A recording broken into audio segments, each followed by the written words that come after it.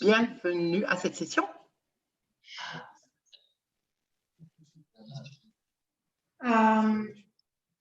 Ok. Je vais d'abord expliquer en français aux francophones pour savoir comment on va jongler avec l'interprétation. Donc, qu'est-ce qu'il y a? Il y a un problème technique? Je vois plus l'interprétation.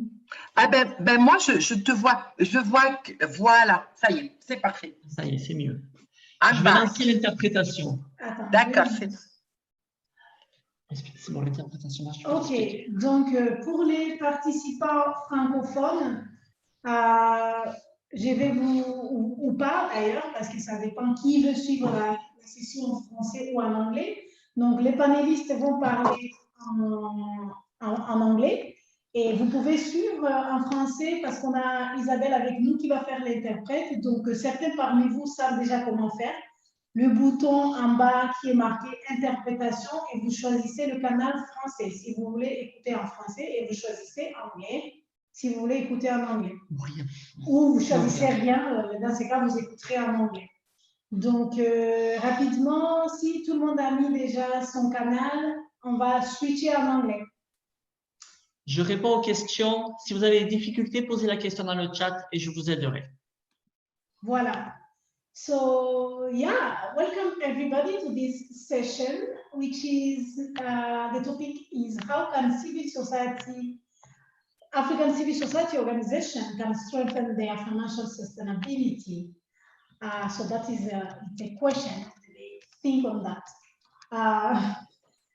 60 minutes, no, 90 minutes, because that is another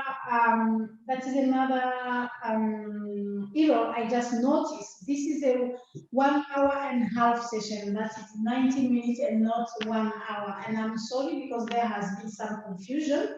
So if you cannot stay until the end, that is also fine. But yeah, because it's a deep discussion with many panelists, we have 1 hour and a half.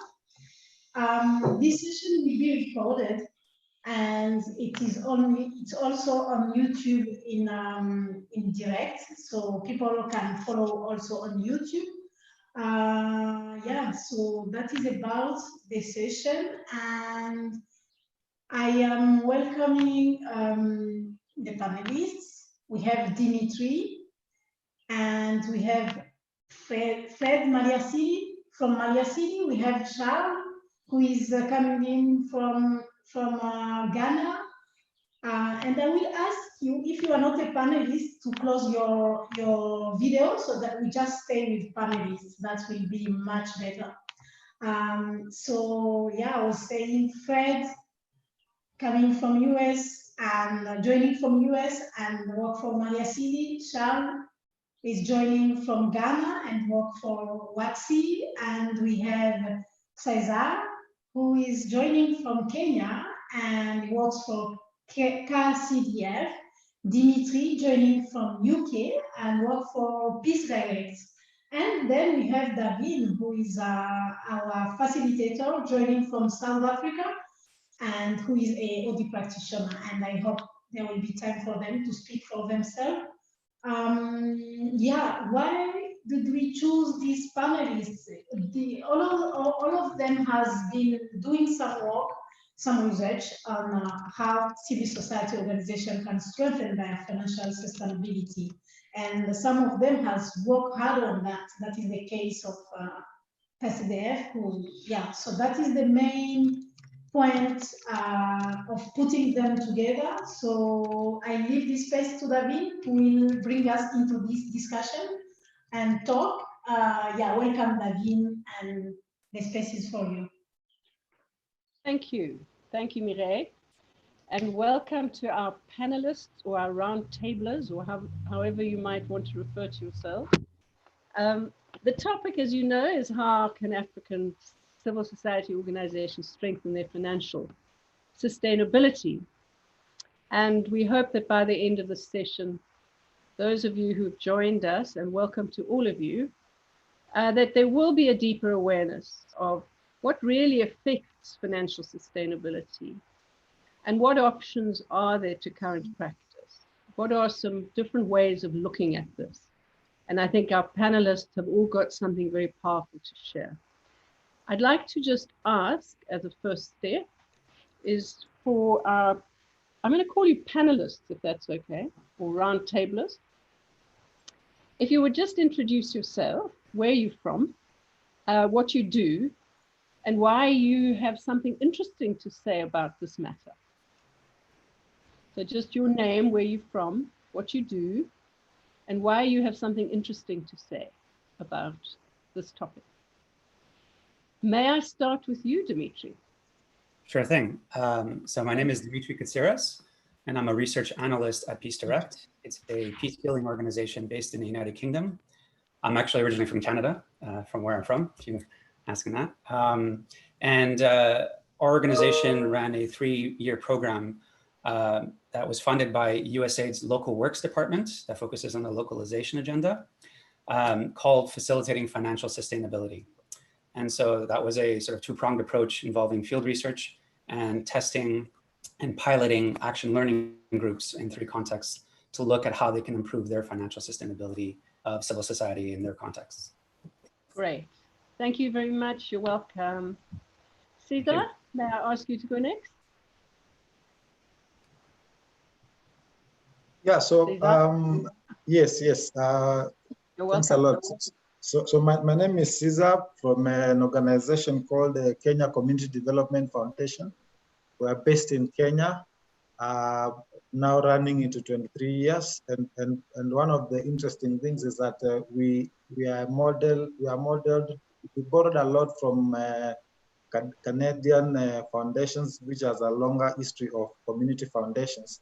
But essentially what we do is we were formed to disrupt the way development was done with a lot of resources coming from outside there. And the question was, how can you ensure that organizations in this part of the world have control of the development projects, both from an angle of relevant projects, but also ability to continue beyond the funding periods of many traditional ways of funding. So that's where we are coming from. Thank you very much, Cesar. You are so welcome. Charles, may I ask you to go next? Yeah, thank you so much. Good morning or good afternoon or good evening, depending on where you are. So I work for an organization called the West Africa Civil Society Institute based in Accra, Ghana. And so we are intermediary organization, capacity development institute for civil society. And the reason why we are here today and going to discuss this is because one of the things that we work on is resilience and sustainability of civil society. That is very much key to ensuring that civil society is robust and influential in the West African region. So we cover all the ECOWAS countries, that's 15 countries, plus Cameroon, Chad, and Mauritania. Thank you very much. You're welcome. And Fred, may I ask you to go next? Yeah, thank you. Great to be with you all. So my name's Fred Nelson. I am the CEO of Mali Asili. I live in the US, but Mali Asili's work is focused in Eastern and Southern Africa and now Madagascar. And we support local and national organizations that are working on natural resource management, land rights, conservation issues, to provide customized organizational development support in a lot of respects. Share a lot of similarities with our colleagues at Well Grounded in that. And we work now with about 17 partner organizations in Kenya, Tanzania, Namibia, Zambia, and Madagascar. And our role is to help them become stronger so that they can achieve their missions and advance effective, usually community-based natural resource management approaches on the ground, influence policy. And a lot of our work is around helping them to mobilize resources, to fundraise, to develop partnerships, to become more resilient, effective organizations across a wide range of things, but fundraising is really an important part of that. Great, you're welcome, thank you. And Kath, Catherine, you're somewhere. You're not on the screen of mine, but you're somewhere. Kath from Well Grounded.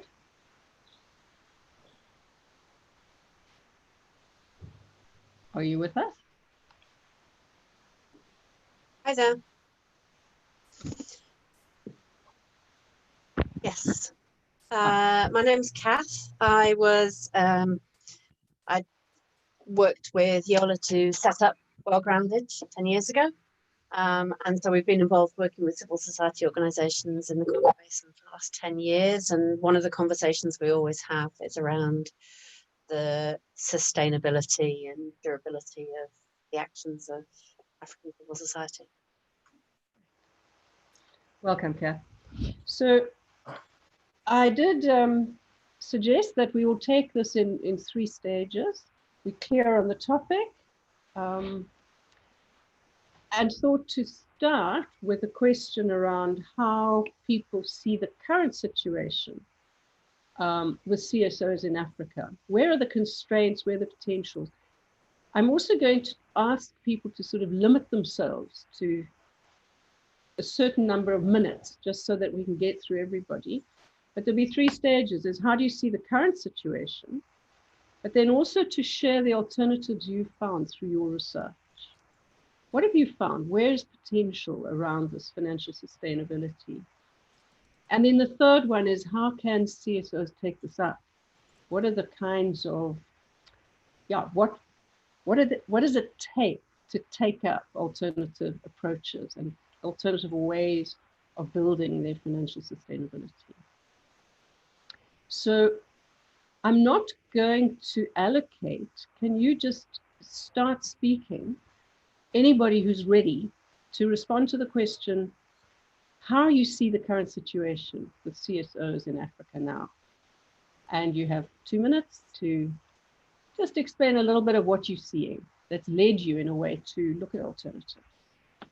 Anyone want to begin? Would you mind if I start? Please, you're most welcome. You're most welcome, Charles. Go ahead. All right. I know Caesar will be laughing. Hi, Caesar. Yes. So, I think for me, it's just to put it in perspective and context now, because we're all going through the COVID situation. But what COVID has done is to actually expose the underlying issues that we have as civil society in Africa, really to bring it out to the fore.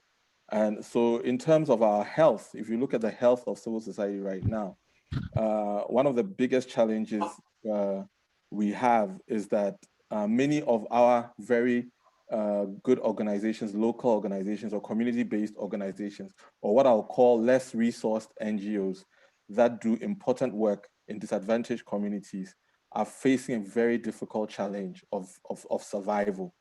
Now, that is for a number of reasons that we already know. One of them is because already, if you look at the funding arrangements that we've had, that we experienced in this part of the world, it's very much project-based, it's very much short-term contracts, and it's not really focused on building strong and resilient organizations. So most of the time, if you look at the design by most of donor partners, the focus of sustainability is on projects and not necessarily the sustainability of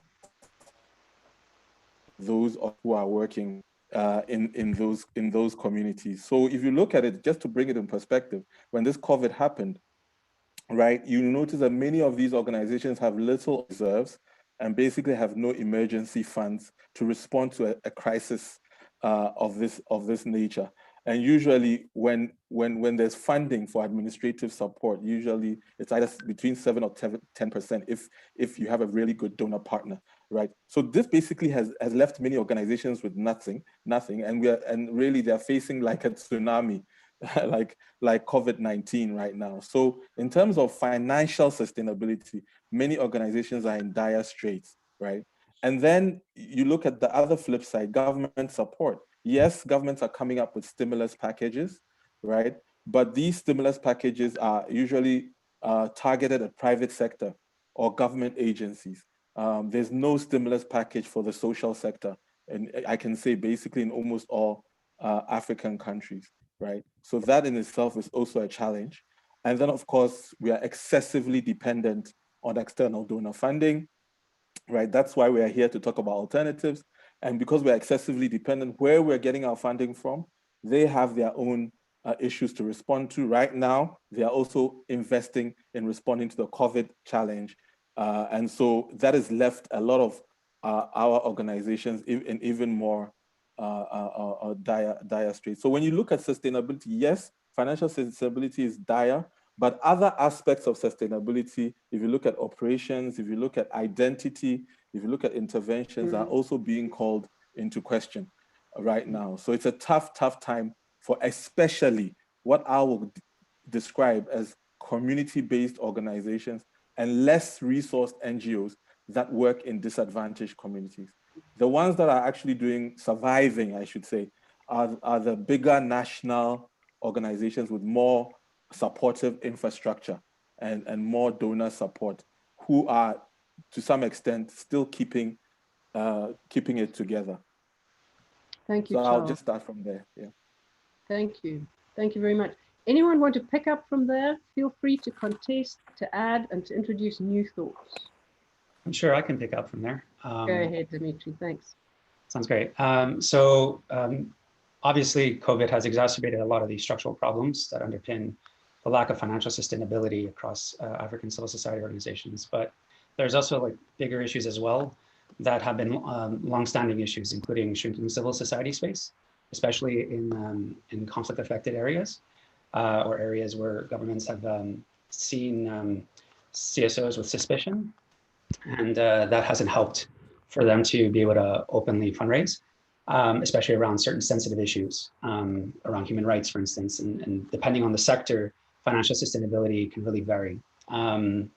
Another element is around the sort of setup of the structure of donors, usually an intermediary organization or an international organization, and a local partner. And a lot of donors have eligibility criteria where they'll only give a certain amount of whatever call for proposals they have, to proposals that include an INGO and a local partner, where the vast majority of the money ends up going into the INGO's pockets for administration fees.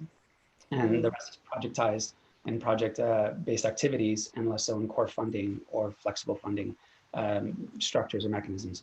Well, just to tie onto that, in the DRC and Uganda, two countries where we did our research, only 5% of the grant making that's done there is allocated to financial sustainability or core organizational resilience and support. So it's a minute amount compared to the total amount of grant making that's done in those two countries. Another issue has to do with organizational culture. So you have a lot of organizations, especially very local organizations, that tend to rely primarily on the persona of a particular leader who helps to drive things forward. And that's very useful in the initial stages. But what ends up happening afterwards is other staff in those organizations might not feel as recognized or as acknowledged. And that leads to a staff retention problem where sometimes egos can clash. And tied to this, organizations that do provide capacity building for various staff run the risk of getting those staff members or personnel being poached by mostly international organizations. So you spend all this time investing in the staff capacity, whether it's financial management, M&E, or so on, and then that person ends up leaving and you go back to square one. So that's an ongoing issue for sustainability. Yeah, I think it's just the sort of narrow prism that people see like what resources can help with financial sustainability, and people tend to see those as primarily only financial and not asset resources or non-financial like community support, dealing with networks and these kind of things that can help build resilience in hard times such as these right now with COVID. So those are some of the issues that I've noticed in our research and that have been exacerbated by the COVID situation, unfortunately. Thank you, Dimitri. Sure. Yeah. Yeah. Maybe I can also jump in. Yeah, maybe I can also jump in at this stage, and I would want to pick a few key issues. And one of them is the current state of powerlessness by civil societies on this part of Africa. And majority of the attributable reasons are actually historical. Because you see, for very many years, I talked about KCDA being formed 23 years when there was a lot of foreign aid. And people were accustomed to somebody else coming and identifying their problems and solving their problems, including funding. And so getting that paradigm shift is very difficult because one, you have local CSOs who believe that things can only be done when you write a very good proposal to somebody in the UK or somebody else in some other part of the world. And so a lot of investments have been done on M&D frameworks and outright proposals at the expense of how to deliver projects that are relevant to communities. So that's the side of CSOs. But also when you look at the funders, there's also a lot of power and interest. And so very few funders are willing to give you unrestricted funding, either because they don't trust you, or either because you also want to have, it's also an entire ecosystem that is safeguarded. And so very little has been done to invest, and probably we'll be talking about it in the conversation. Very few people are willing to invest in building stronger organizations that are able to muscle their way within their context. So I tend to think, I always say that you blame the CSOs and people on this side, but you also blame people and funders who have traditionally done things in one way. Then the other one is accountability and legitimacy. So in the struggle of creating a space in Africa for CSOs, you are also challenged with accountability issues because we also have a lot of history of corruption and NGOs using a lot of big cars, doing meetings in big hotels and a lot of wastage. And so very few people who understand that when you go to fundraise from a wealthy African, somebody who has grown in the context, and they understand, they have seen all the wastage, and so in their mind, they think that civil societies are just non-governmental organizations with a lot of funding from foreign aid. Then there's also a lot of clawback on the space by governments who also see civil society as advocating foreign agendas. And so all this creates a space that has not allowed African CSOs to reemerge and to reinvent themselves in a quicker way as we would anticipate. And so that would be my contribution maybe at this stage. Thank you, Caesar. Yeah, you're all coming up with a wide range of issues at many levels. Fred or Cass, you want to add?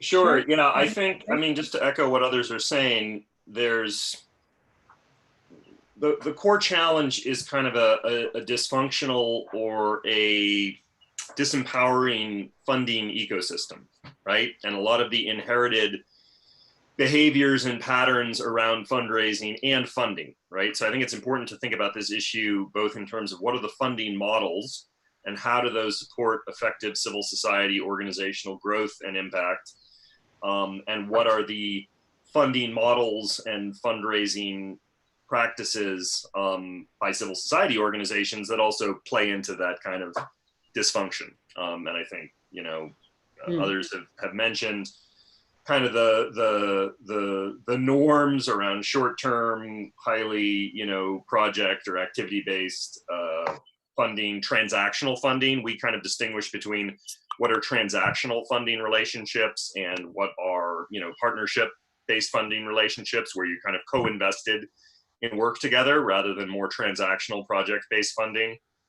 And I think funders and civil society organizations all have interest in fixing and improving those models. And I think, there's responsibility on both sides, on the civil society organization side, to think about, well, how do you play into those models? How can you improve your fundraising approaches? I think there's lots of ways of doing that, both in terms of how you think about it, how you think about different funding sources, how you think about your funding portfolio, how you think about and present your work. Because ultimately fundraising is also based on, I think, the vision and the mission and the impact that an organization achieves and that it exists to deliver. So that kind of interconnectivity between your strategy, your communications, your vision and mission, and your fundraising is an important piece of that. And I think we should think, Charles alluded to the challenges of COVID, but COVID is really an opportunity too. It's an opportunity to pressure test the system, right? And the system has a lot of weak points. But I think, our experience too is that organizations that have developed stronger approaches to fundraising and a longer term outlook, and really more of that partnership based funding approaches rather than a transactional funding approaches, are going to be in a better shape.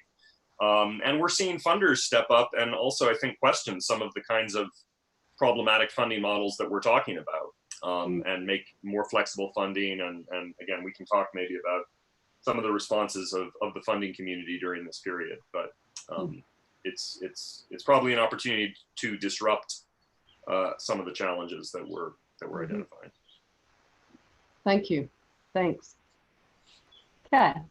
Yeah, I think all the other panelists have covered a lot of important stuff. I'd like to move on to some of the things I've seen change over the last 10 years. One of the challenges that CSOs in the Congo Basin, that's the area I know best, have faced is because people are anxious about funding, they're also wary about collaborating with each other. There's a real kind of divide and rule game quite often going on between CSOs who feel like they're all competing to get access to the same limited pot of money, to put a convincing story to one particular donor. And one thing I've seen changing, and it feels really positive, is that there's a bit more thinking about collaboration and building coalitions. So when I first started working with organizations in the sub-region, everybody wanted to do everything. Everybody wanted to cover all the bases so that they could access funding from everywhere. And what seems to be happening with some organizations is they're thinking a little bit more carefully about exactly where their strengths are and how to build on those, and then collaborate with others who can bring in other strengths. And that means they access more sustainable funding, but also they can be learning from each other. So they're building more of a kind of community of practice within CSOs. So to me, that's an interesting direction that some organizations are having the confidence themselves to start collaborating more effectively with each other. Fabulous. Well, thank you. That's really painted a very big and detailed picture about what you're seeing in the current situation around CSOs. Can I ask you to move a little now toward sharing some of what your creative research, what your research has shown, what alternatives have been emerging as possibilities for the sector around strengthening financial sustainability? And once again, I invite whoever'd like to start to go right ahead.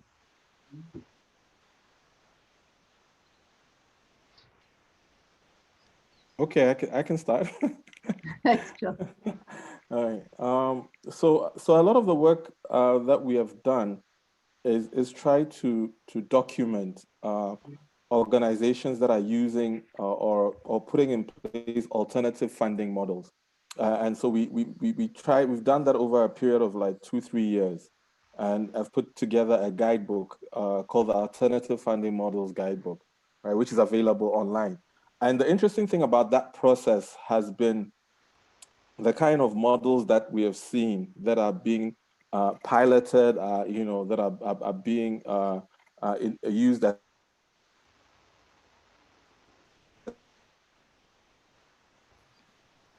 innovations. It also depends on what kind of organization you are in terms of your mandate and your approach. So for example, if you're a humanitarian organization, there are certain models that may suit the way you work. Or if you're an advocacy research organization, there's a certain model. If you're service delivery, there are certain models that are much more easy to try to adopt or adapt into your organization. Yeah, so some of the things we've seen is that many organizations now are looking at income generation. So the question is, how do they monetize their expertise? And so a lot of them are getting into issues of consultancy, asset building, looking at, how do we get an asset that we can use to generate funding. They're looking at issues of how do we, if we're very good at organizing events, is that something that we can sell and become event organizers within the social sector space and get some sort of funding for that. They're looking at crowdfunding, local, looking more within. How do we take advantage of mobilizing funding from our own domestic constituencies? So local fundraising has become something that many organizations are focusing on now, looking at running campaigns to get their own partners to invest in the work that they're doing.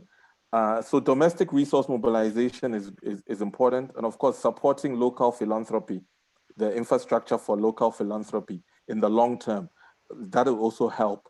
So there's a huge, I believe, diversification agenda that is going on with many organizations that is happening now. I think there's an awareness that there's a need to diversify and also make sure that they balance the funding that they get from, of course, the very well-known institutional funders with funding that they can get from their own domestic constituencies that can help support administrative costs and operations, salaries, etc. So, I mean, these are the things that are happening. But I must also emphasize, and our colleague from Malia Silly said it, that there are many donors that are also changing the way they are funding to flexible. They're doing more flexible funding.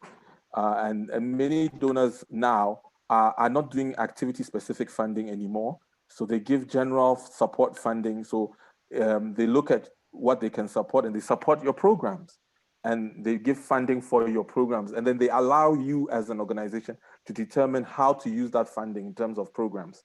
Or they will give administration-specific funding and they allow you to basically use that funding for specifically administrative reasons, which is really something that we should welcome and advocate more for. It's more powerful. It helps organizations to be more sustainable. And then, of course, the issue of long-term partnerships, very important now. I think, and that's the capacities to sustain partnerships and to build partnerships and especially partnerships across, not just within our own space as civil society, but partnerships with the private sector and with government agencies. And there's a lot of opportunities there for non-cash support, but also funding, but mostly non-cash support, exchange of expertise and other opportunities. So yeah, those are some of the things that we've seen are happening right now with many organizations. But I must confess, the ones that have been successful are normally service delivery organizations, successful in terms of transitioning into alternative models. Yeah. And because they've got services that they could perhaps charge for, is that one of the reasons? Exactly, services that they could monetize. The human rights, social justice organizations find it a bit more difficult in terms of that transition. It's possible, but that transition is a bit more challenging for the human rights organization. Thanks, Charles. So maybe I can come next, and maybe before I say what I wanted, perhaps to just emphasize that it is true, human rights is difficult until you begin reworking the mentality of the population to begin appreciating the correlation between human rights work and overall development outcomes, which is very challenging. But maybe for me, maybe I will take an approach of just sharing the story of Kenya Community Development Foundation as a perspective. Right? And so when we were formed around 23 years or so, I earlier said that we came at a time when it was very easy to write a proposal and get funding. But of course, there was a lot of white elephant projects that were just done for the sake of it. There was no participation of communities and all those gaps. And so KCDF, that was an opportunity. But when we came, we decided to use a philosophy of using less to achieve more, and also a philosophy of ensuring that we never provide a fee, but we kind of work with communities to ensure that they're able to fish, they're able to safeguard the fishing waters. I know that's a popular saying in Africa, but really we took it to practice. And one of the first things that we did was to begin building an endowment fund. And the good thing with such a mechanism is that it allows you to negotiate with funders, and there are very few of those. I can, if I was to mention, I don't even think I can get to 10 of serious funders who will be able to challenge themselves to such innovative models. And so we've been increasingly building endowment funds, mobilizing resources, but so that we are not selfish, we've also invited other community organizations to join us in building the endowment fund. And the idea is that communities are also able to do local fundraising initiatives and consolidate the funds that then are managed within the framework of the KCDF endowment fund. And by doing that, we are also able to get tax exemptions, which ensures that whatever we get from the endowment is able to push us a little bit further. We began early. Today, we can be able to do very small projects, not necessarily the big ones, but that is a step in the right direction. The next one was also, and I'm saying this because these are potential areas for different PSOs. The next one was doing investment. So we have some holding companies, and it is still work in progress. We began that approach around 10 years or 8 years or so. It's very challenging, but you kind of then need to ensure that your governance structure is so strong and separated, so that you don't have the foundation and the investments commingling, because then you open another particular box for accountability issues. But then it means that whatever income we get from our investments, we are able to plow back into the foundation. The other thing that we've done actively is asset building. We've developed an office block that we are adding to different civil society organizations and other organizations, and we get rent. And tell you that that has been very instrumental in ensuring that we significantly lower our operational costs, because it means money from the rent can offset some of the costs. We don't have to worry about whether we are going to have a place where we are going to have a. So all those are a mix of things that are important, but again, getting investors and funders who are going to invest in you in such things then requires a high level of accountability, trust, networking, and all those things.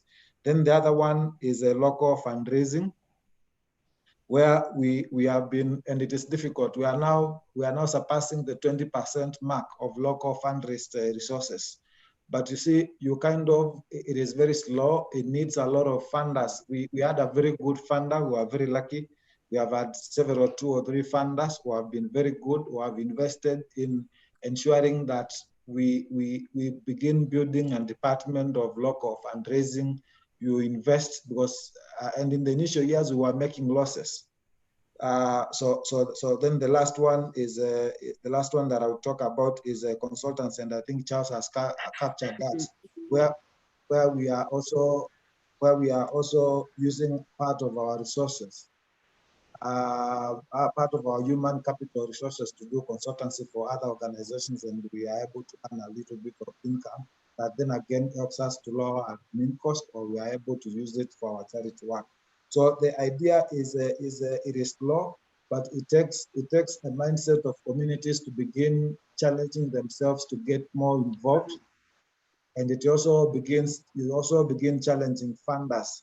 One of the difficult things that we've done is that while many organizations will run to, when you have a very big budget and you call it burn rate. Yeah, I've seen organizations that will go to big hotels to do conferences because you want to comply with the budget.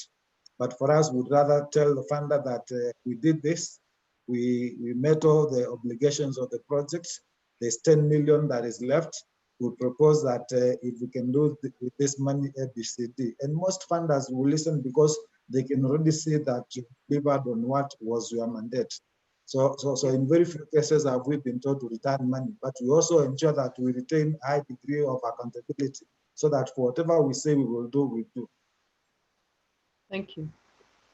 So that's an interesting case study of actually what you've done and what you've tried and tested. So thank you for that. What about some of the research that you've been doing, Dimitri or Fred? Would either of you like to just share a little bit of what you found in different ways? Whoever wants to go. I mean, it will build upon what Charles had covered in his intro to this question. But yes, there are some donors that are adopting more flexible funding structures, especially around unrestricted general support or core support that's intended for strengthening organizations. And this is where the grantees can determine their own plans for organizational strengthening based on their needs and priorities. But that's not just strictly donors and funders, but also some intermediate organizations who can come up with, smaller grants with smaller funds to be able to top up on existing programs that organizations are doing. So in my organization, what we've done, for instance, we've had this awards called Tomorrow's Peace Builders, where people can submit short applications about what kind of promising initiatives that they're already developing. And then we just, disperse, about a 10K grant to be able to support that program over the next year. Or most recently, we launched a digital inclusion initiative, recognizing the added difficulties of working under COVID conditions. And that's where it's like quick impact projects where we kind of give short disbursement micro grants to organizations to top up on some of their needs, whether it's a laptop or things like that, in order to be able to do their work, but rather online digitally versus in person because of social distancing measures.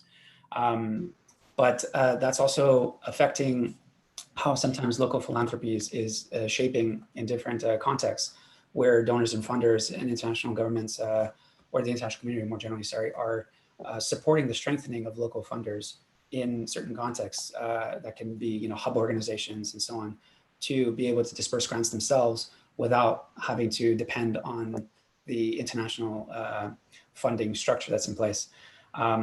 I did mention about social capital, and that's actually still quite a relevant, other source that of funding that other organizations can get, and that's like community support. And you can't underestimate how important that is. And then, of course, dealing with networks, collective action is actually very useful to be able to pool your resources together and build your strength. Beyond that,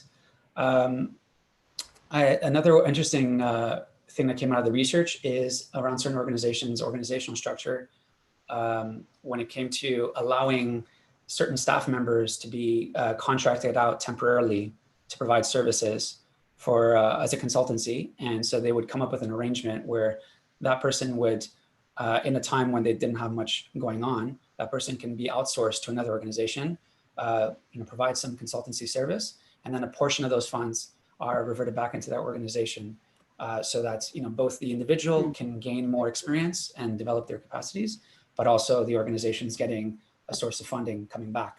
And then Charles really talked about non-financial assets and the importance of that. So in some cases, organizations that were able to properly adopt social enterprise models by having a donation of land or a certain property, they can then turn that into, for instance, a hostel or things like that to generate income to fund their other activities that are more difficult to fundraise for. And it is a matter of adopting different strategies and support depending on the sector that you're in. So, human rights does get quite a bit of funding, in fact, but it is harder for them to adapt to different circumstances. And there is a caveat to consider, and that is to avoid mission drift, because what ends up happening in a lot of civil society across different contexts, especially in conflict affected or fragile contexts, is that they'll just sometimes shift their entire agenda to meet what they think are the donor priorities, rather than trying to reshape that to match what they think and what they know to be the community needs or so on. Sorry for the poor phrasing there. But that's something that requires more advocacy, in fact. And so in our project, we have a local network that we helped establish in the Eastern DRC in the Kivus. I can put the link to their sites on the chat. And so primarily what they determined, so in that project, we just gave them a lump sum of funds to say, okay, you can do what you want and what you think is important to you when it comes to organizational financial sustainability. And they decided to advocate on behalf of the rest of civil society in the Kivus about this issue, and went to meet and met, government officials and missions and different types of donors and funders, and had started shifting some of the behavior and breaking down that binary that underpins a lot of this animosity between donors and funders on the one side and civil society on the other, where they kind of blame each other for the problems, the structural problems that affects financial sustainability. And that way it's kind of bridging those divides and bringing those two and aligning their views and behaviors. So these are examples of things that we saw in terms of both our research and the piloting activities that we had. Thank you. So perhaps Fred or Kath want to add, but I also suggest you, if you don't mind thinking a little bit about, when you share your thoughts, what makes it easier or more difficult for CSOs to take up some of these opportunities? Because I've got a long list here and they come down into different almost categories, but I'm just interested if when Fred or Kath, you carry on.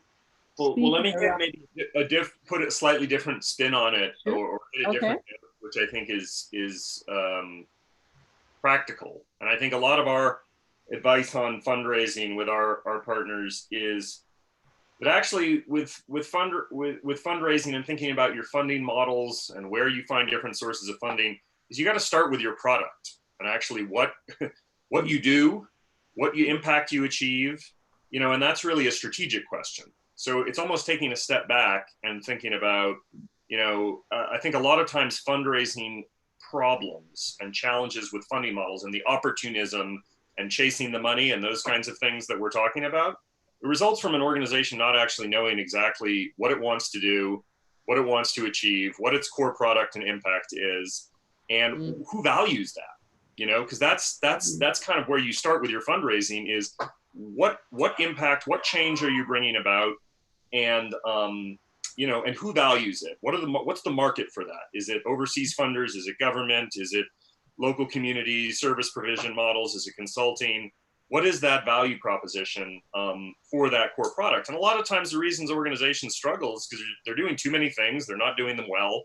You know, and there's a lot of strategic challenges to the nature of the work. So I think taking the step back, looking at your impact, your results, and thinking about how you market that is you know, is a really important thing. And also, you know, again, another thing that we really emphasize is communicating around that, communicating simply, marketing your work effectively. Marketing is sometimes kind of a framing that we think of as being corporate and not something civil society organizations do. But marketing is just talking about, you know, the great work and impact you're achieving. And if you're doing that, then you need to talk about it in clear and simple jargon-free ways so that those who want to pay you to do it can pay you. Again, these are kind of starting points, I think, for maybe getting into a more tactical space around fundraising opportunities. And just another point I think to flag here, which has come up, but I think is really important in terms of thinking about the funding options, is, you know, this looking more locally and more domestically. And again, I think there's a lot of dynamics around the current situation with COVID that are perhaps are or will emphasize that. And you know, again, I think organizations really need to think about the value they deliver to communities, to their constituency. If they're a membership organization, if they're a service delivery organization, you know, and I think as maybe Caesar or Charles had mentioned, that so often the fundraising is looking out and looking far away and looking at these kind of foreign sources of funding, but the long-term sustainability of organizations need to be tied to the value they're delivering to their constituents, you know, and often I think the willingness to fund at that level is a lot greater than, you know, sometimes we expect in the civil society sector, and of communities to be able to mobilize resources. We've just been doing some work related to indigenous organizations in the Amazon. And, you know, we've heard how, you know, indigenous organizations that are strong, when they run into trouble, their community steps in and mobilizes funding and sells livestock or products or whatever they need to get that organization out of trouble every time. For those organizations that really have a strong mission and have a strong track record of, you know, providing value to the community. You know, I think if organizations don't have that strong community support and buy-in, they need to kind of interrogate maybe why not. Great, thank you very much. Kath, would you like to add anything before we? I do feel like people have covered most things. I really agree with what Fred just said about that link with your base and the importance of the strength of that link. I think there's a real challenge there in terms of the context. I was really interested by Caesar's case study and the experience that you've had in Kenya, and I'm feeling like in other countries it's somewhat more challenging to raise funding locally because of the instability. People are less willing to put money into to local organizations and so on, despite the fact that when we're doing research on funding for African organizations, twice as much money comes to Africa from African diaspora communities than it does from formal overseas development. And it's really important to recognize the contribution that families, that people around the world are making towards what's going on in Africa. That doesn't really get much attention. But when it comes to, I was really interested that Dimitri was talking about Eastern DRC. You know, that's a context in which people go, we're really worried about funding there because of instability. You know, we're not prepared to put funding in. So that's a real challenge that I think building trust and building confidence is one way of overcoming that. Another quite interesting way that some organizations have built themselves and built their own capacity is making links with, not necessarily with funders, but with research institutions, for example, and hosting students who are coming to do research. And so building up their own knowledge, but also having a bit more human capacity in the period of time that somebody comes and works with them to do research, to develop ideas that way. I think there's something there about finding creative ways of building the capacity without necessarily having a grant, but having human resources coming in and contributing something to the organization.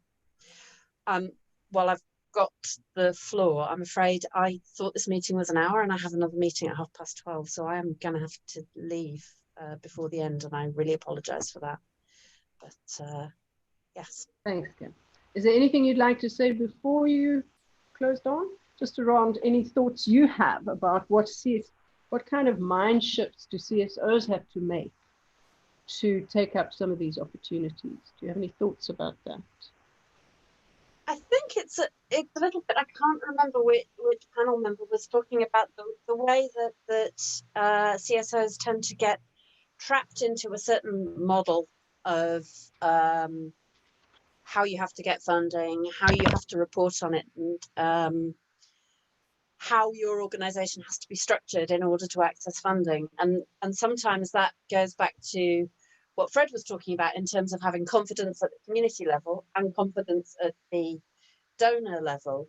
Sometimes those two are requiring entirely different structures and shapes, and it's about trying to marry those so that you remain faithful to the communities, the core that you're supporting, but you can account for it to the people who are funding it. And you're talking about accessing funding from outside. And to go back to the point that Dimitri was making with human rights type action, which is the sort of organization I've been more involved in, that becomes really important, because most of your funding is going to be accessed from organizations who aren't necessarily local. So I think it's being creative about how to marry those two priorities. Yeah, I think I'll stop there for a moment. Thanks. I just wanted to. I'm not following the. Yeah, who's that, please? No, it's me. I just wanted to add something to what Kat said. I thought very, very, very quickly. I think one of the things that we need to do much better is, which will help a lot when it comes to resourcing, is our stories, our ability to tell our stories in a very compelling and in a way that connects with our communities. So there's a lot of work that's been done, that we've been doing. And Fred mentioned that about our product. You know, there's a lot of impact that has been done in terms of civil society, but it's not been documented. The stories have not been told, and so it's very difficult for people to appreciate the work that we are doing, so that they can actually become co-investors in the work that we are doing, especially those who are benefiting from this work and within our own communities in Africa. So storytelling, you know, our communications capacity, communicating our results in a vivid, in a vivid, compelling way, innovatively, you know, not necessarily through reports, because people really don't read those reports, but more visually, and, you know, working with, you know, the artistic sector, or, you know, those who work in creative arts, you know, film, music, you know, appealing to what the masses of our people really love, and to tell our stories I think will be a way that will help to build our local philanthropy, you know, because one thing that we're battling, and we've been talking about civic space, but it's also there's a trust issue, a trust deficit between us and our citizens in terms of our own organizations. So a lot of the time, our own legitimacy and relevance is being called into question for a number of reasons, right? So how do we bridge this trust deficit that we have? And the only way we can do that is to be able to share these stories and let the citizens be the ones to lead in the advocacy of the things that we're doing. I think if we do that really well, that will go a long way to ensuring that we are much more sustainable. Yeah. Thank you. Thank you. There's something very powerful that's come through for the whole conversation, is about identity. It's about being clear who you are, what you're doing, why you're doing it, how you connected at a very root and the boundaries of that, so you don't get mission drift, as Dimitri said. So there's something very important about building a clear identity, I'm hearing. Any other thoughts from the others about how CSOs may reposition their thinking? Go ahead, Dimitri. It's not just only on local CSOs, but also some of the partnerships that they enter with intermediary or international organizations. I think there needs to be an entire rethinking around how to enter and exit effective partnerships. And that is having a co-design process from the get-go, not just aligning in terms of the allocation of responsibilities and activities and tasks, but also an alignment in values, and building that kind of relationship, so that when a project does come to an end with a definite, you know, a deadline or time that it ends, not to just leave immediately without, you know, having a responsible exit strategy in place, and, you know, gradually for an international organization that cannot necessarily maintain itself in that context, to be able to gradually exit in a responsible way that doesn't leave the entire work or the impact and sustainability of that work, doesn't put it at risk. And that's something that requires some rethinking in how you enter, but also how you think about, from even a very early stage, the exit of that partnership and how that will affect the sustainability of those activities on the ground. Mm-hmm. Okay, thanks. So we've got about another 5-7 minutes. I'm just interested to invite anyone to share something that they feel they really want to get out there before we go to questions. Is there any other thoughts that you've been wanting to share? Because I know many of you prepared a bit. Anything else from you?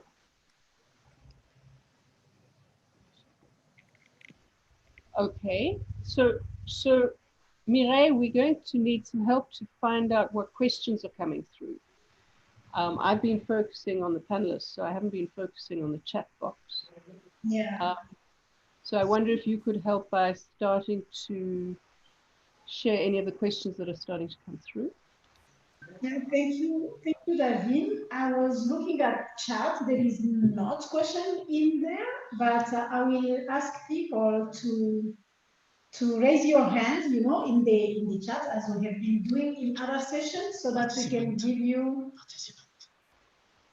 Not in the chat, in the participant. In the participant list of participants. Stuff. So just raise your your hands so that we can take your questions. So I will start with Theodile, who has asked, and then Mary M. Kamanus. So we start with these two. Could you read them out? Theodile first. Can you open Theodile mic, please? And then it will be Mary.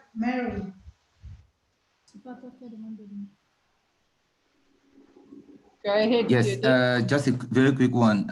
I really liked Dimitri's point, especially when you mentioned the fact that we can do the staff's expertise. I think we should go further. Please, Theodile, we are losing sometimes. I think we should go further. In some organizations, what they have done was to allow the staff to do some consulting jobs because they know by doing so, staff will just be stable in the organization. You know, one of the crucial issues for all organizations, especially one, is that staff tends to leave when there is no funding. And if you allow, oh, pardon, je parle trop vite. Je disais, Théodile, que ça Pardon. Ça coupe beaucoup, il faut être stable. So no, I was just saying in a few words that organizations have to think in a very innovative way and make sure that the staff, for example, have possibilities to access their own funding, because by doing so, they stabilize staff, and if staff is stable, then the organization may. Yeah, Theodile, I think you're absolutely right. Staff retention is very much a key aspect of this for financial sustainability, and having more flexible structures in place for staff members to be able to outsource their expertise and so on can help them feel recognized for the value that they bring to the organization, and also to retain them in that organization and not leave them or have them get poached by others. Thank you, Theodile. Mireille, the second question? Danny, can you ask your question, please, Danny?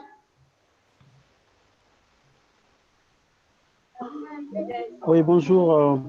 Bon, c'est peut-être, mon idée a été déjà abordée par Théodile.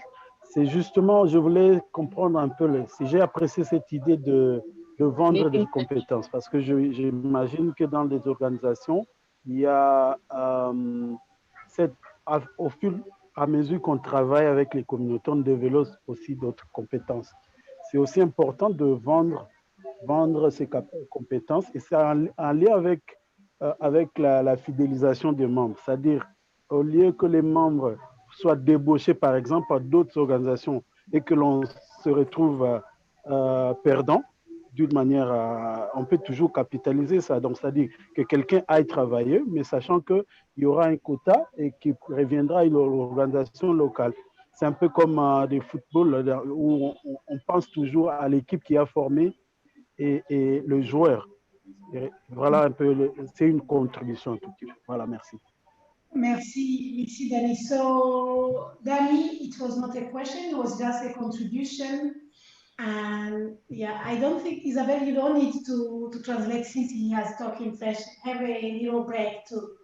Yeah, so he was just saying that organizations need to think like creatively on how they are using or how they are set up so that it leaves some time for people involved in the organization doing some stuff at the same time they're working for the organization. So they can go do consultancy or go for a short time working 3 months elsewhere, so that it doesn't create dependency on only one organization, and it provides kind of opportunity for that person to cover his fees, because many times the fees are the problem, you know, like there is no salaries or not regular salary. So that was Danny's point. I will give this essay to Salim. Salim, can you ask your question, please? Oui, vraiment merci de m'avoir donné la parole. Ma question est celle-ci. En fait, c'est juste comme une contribution, mais c'est une question vraiment qui me préoccupe. En réalité, avant qu'un bailleur finance un projet, il y a déjà une étude d'évaluation de besoins qui est déjà faite. Et cette étude donne comme réponse, c'est-à-dire la capacité de partenaire à laquelle on devait lui apporter des financements. Alors, si on arrive à déterminer que voilà, la capacité institutionnelle des partenaires est faible, je trouve que ça serait très intéressant pour le bailleur qui opte à financer cette volet-là, d'abord de commencer dans un premier temps à renforcer la capacité institutionnelle de l'organisation à laquelle il veut apporter des financements et non de lui refuser, par exemple, de financement. Donc ici, je vois, ça serait très intéressant parce que l'expérience prouve que pour être une personne de qualité ou avoir une réponse très fiable dans ce que nous faisons, l'expérience prouve qu'il faut commencer à investir sur soi-même d'abord. Il faut investir sur soi-même. C'est-à-dire, voilà, oui, voilà, c'est un peu ça ma préoccupation. Donc, si les bailleurs peuvent focaliser beaucoup plus le fonds dans le cadre des renforcements de capacité de l'organisation d'abord, avant de procéder au financement, ça va être très intéressant. Voilà, c'est juste ma préoccupation. Yeah, so the contribution from Salim was the fact that actually donors doesn't invest in organization. They fund a project, but they don't invest in organization. And that should be the first stage. If they are really coming in to support change and to make the change, then they would support organization to be more sustainable. So that was just a point from Salim. And je vois ta main, René. Tu peux poser ta question, René. Is there any question in the chat?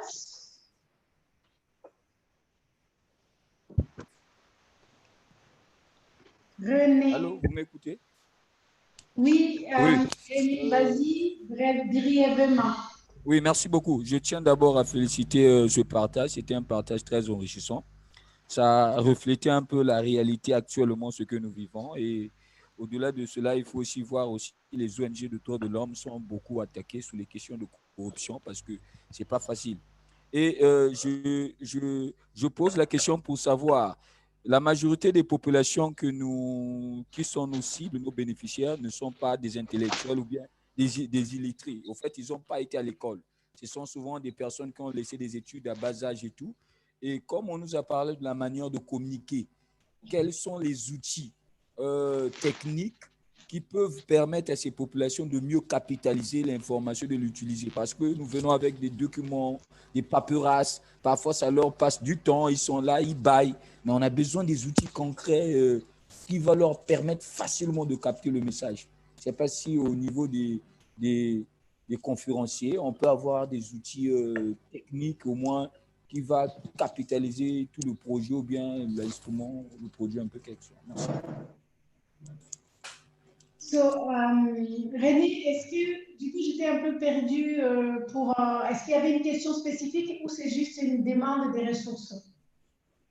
Bon, ce n'est pas une demande de ressources. En fait, je demandais, est-ce qu'il y a une stratégie ou bien des outils techniques pour mieux véhiculer le message auprès de ces communautés qui n'ont pas été souvent à l'école? La majorité sont des illettrés. Quels sont les messages? Parce que souvent, ils sont perdus. On arrive et puis quand on revient, ils ne capitalisent plus ce qu'on a fait. Et on vient avec des papyrasses. Donc, quel est l'outil? Un outil technique et tout ça. Merci, René. So, René is just raising another problem of civil society organization not being able to support communities because of the language barrier. But then it's really bringing the question about, so that is my comment, that is not comment of René. It's bringing the question about then how can we, if we are a civil society organization, how are we representing a community, work with them, talk of them without being able to work with them? Je me trouve au bureau. Not being at school, they don't know how Trouve-moi to. au bureau, je suis au bureau. So it's bringing that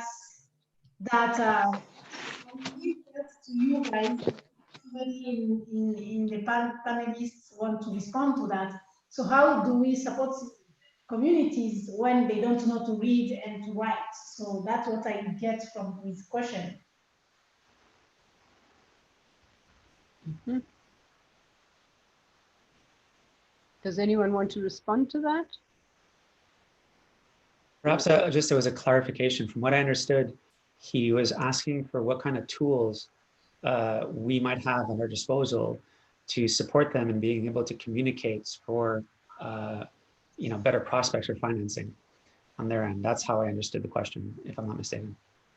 Yeah, because he said because they are illiterate, so they don't know to read and to write. So then how to communicate to them? So that's yeah. Thank you, Dimitri. So is somebody wanna respond to that? Have an idea of tools or?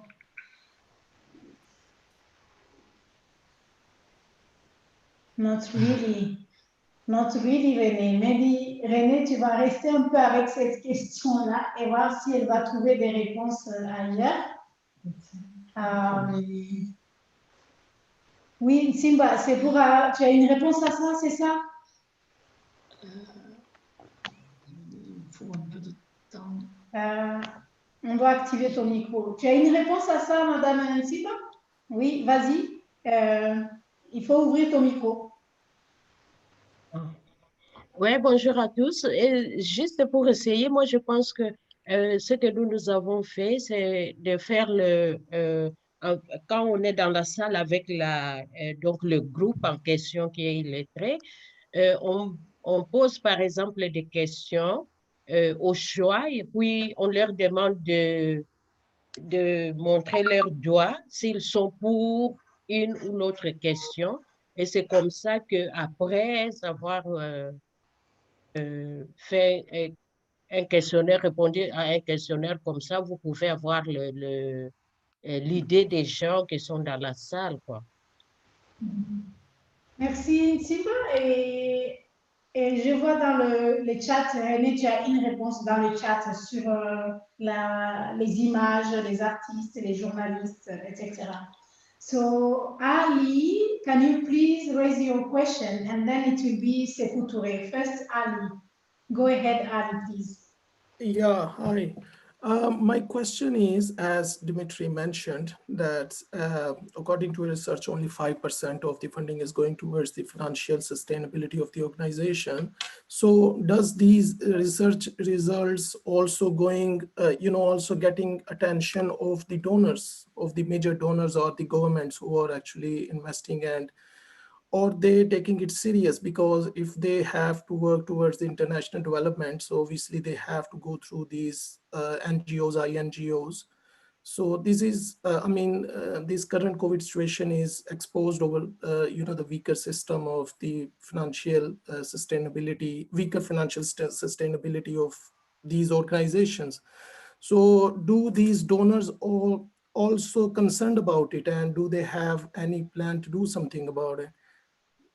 Yeah, and my other little question for Charles is, as you mentioned about the the alternative funding frameworks. I already see it's a challenge for many organizations just to keep for the fundraising and bringing the money in, and there's a conventional system of doing the proposals, and it will be like another challenge. Is it like that they have to go for a training for the fundraising to adopt if they decide to go for any alternative fundraising? Thank you. I can try to answer to Mohammed's first question. To be frank, it's a mixed bag. So some donors have been a lot more open-minded and progressive when it comes to changing some behaviors around where to allocate certain funds. You can think of the Swedish International Development Agency, a little bit the GIZ in Germany, and a couple others. But there are it's a mixed bag because it's unfortunately the bureaucratic culture or organizational culture of some of these donors and funders is directly tied to the politics of that particular country. So, for instance, this project that we had worked on was funded by USAID. but this is via their local works department, which is almost an isolated department within the larger beast that is USAID. And to get their voices heard even internally within their organization is quite difficult. And then likewise in the UK with the proposition to merge the DFID, the Department for International Development, and the Foreign Commonwealth Office, will actually detract from this potential change in behavior, because it'll be then seen through the prism of politics and national interests versus development priorities.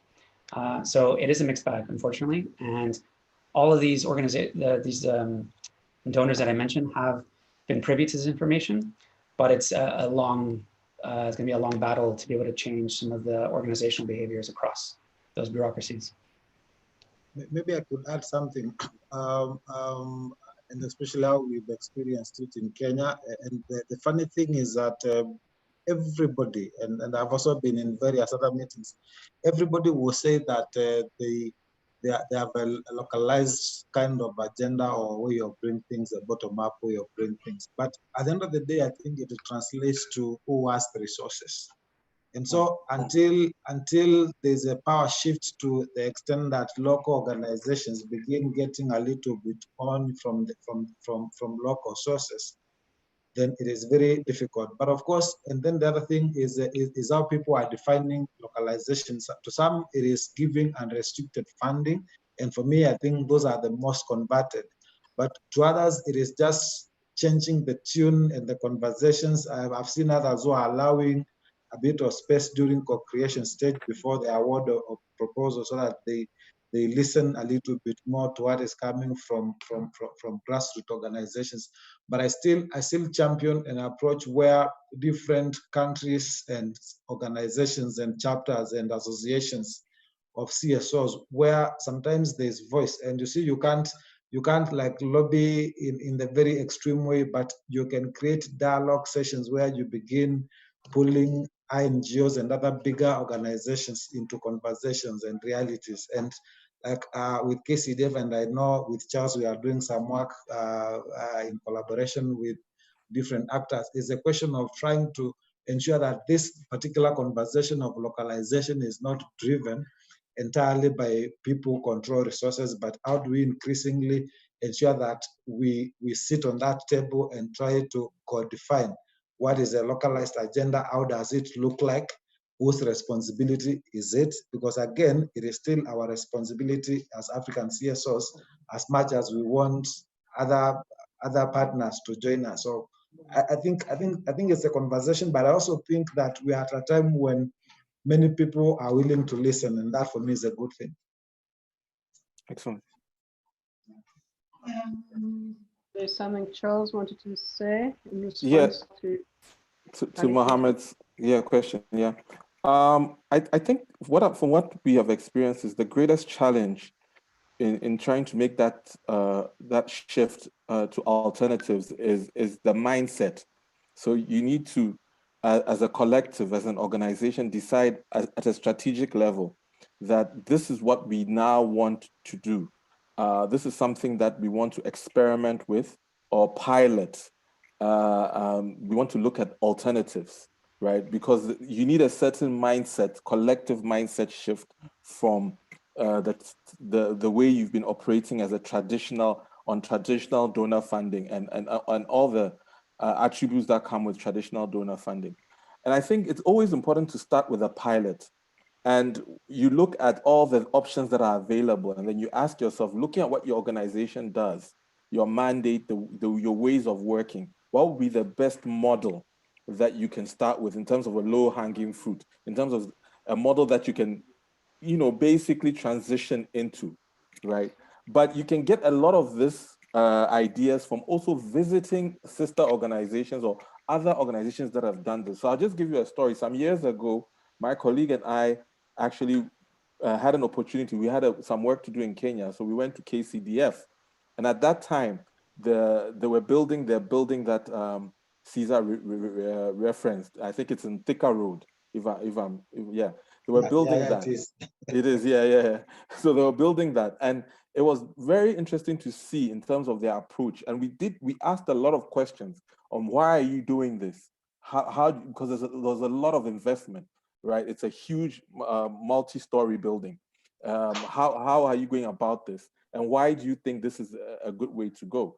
And they gave us a lot of, interesting insights as to an asset building approach. And so that is something we also took back and have started almost something in that regard. We wanted to do crowdfunding for a specific project that we do. We visited an organization that has actually done crowdfunding. So usually what you do is go and find out what have been the challenges, what have been some of the difficulties.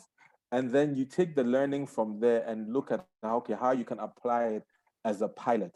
But one thing I want to say is that truthfully, in this short term, I don't see these alternatives replacing institutional funding in terms of quantum, if I have to be honest.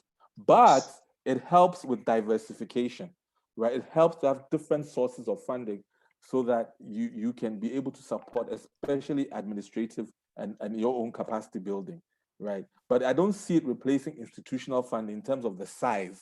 But it's always important for us to have alternatives so that we can be a little bit more independent also in making certain decisions and also a little bit more connected to our communities. So that's what I'll say.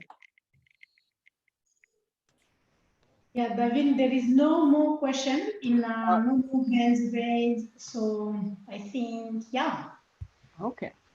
So I'm just wondering if anyone wants to have a closing comment or let people know that there are resources available, research findings, links, anything else you'd like to add before we bring this to a close?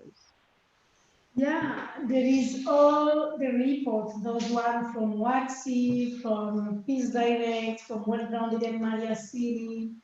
We have all of them, and they will be shared in the private group in Facebook and in private group on LinkedIn. So please join those groups, and you have all the materials that has been shared by panelists and speakers. Yeah.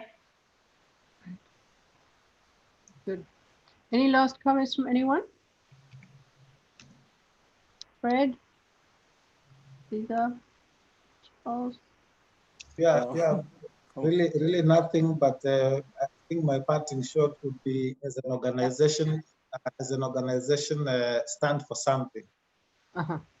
Cool. Just a last thought. Yeah, that's a good. I think that's a good point for Cesar on the closing thought.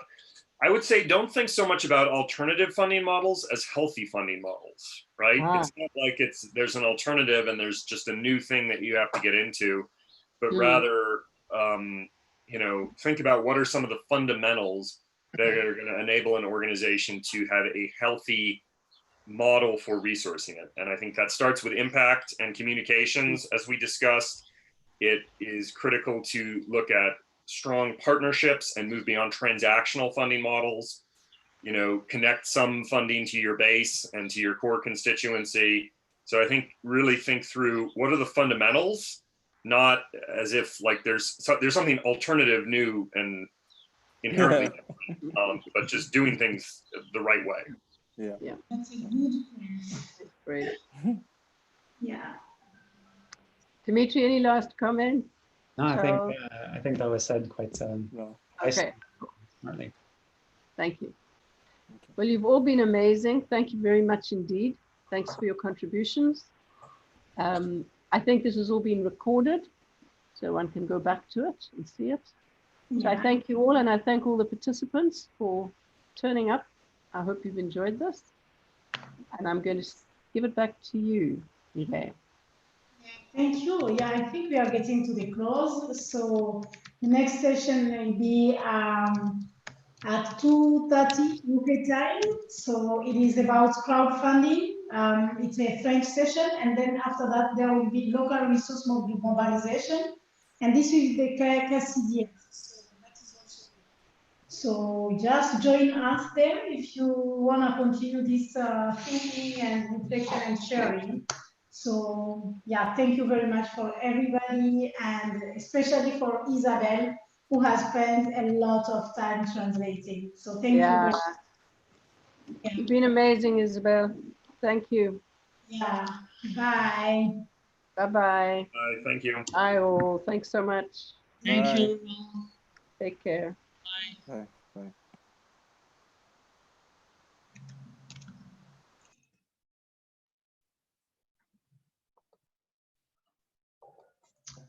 Je suis en discussion avec,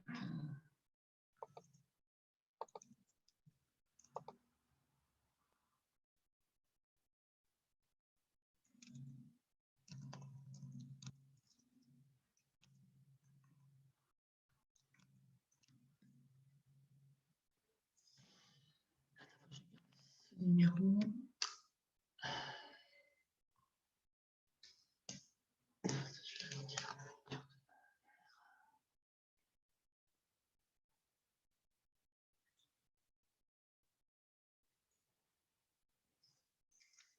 Tu ne peux pas.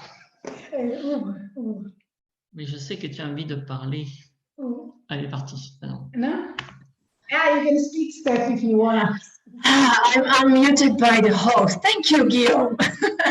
You saw that in Yeah, Argentina. There was Smith and Adam Smith and many others. Yeah, I would say, like, would it be possible